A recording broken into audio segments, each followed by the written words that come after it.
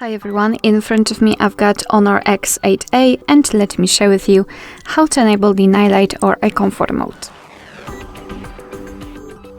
So let's begin with opening the settings. We will start with the customization. So in the settings we have to find display and brightness, and here let's localize the eye comfort. Let's enter. Now let's tap on this switcher, for example, enable all day, and as you can see the screen turns yellowish or amber. It is in order to filter the blue light. It will be also much easier for you to look at the screen at the dim light.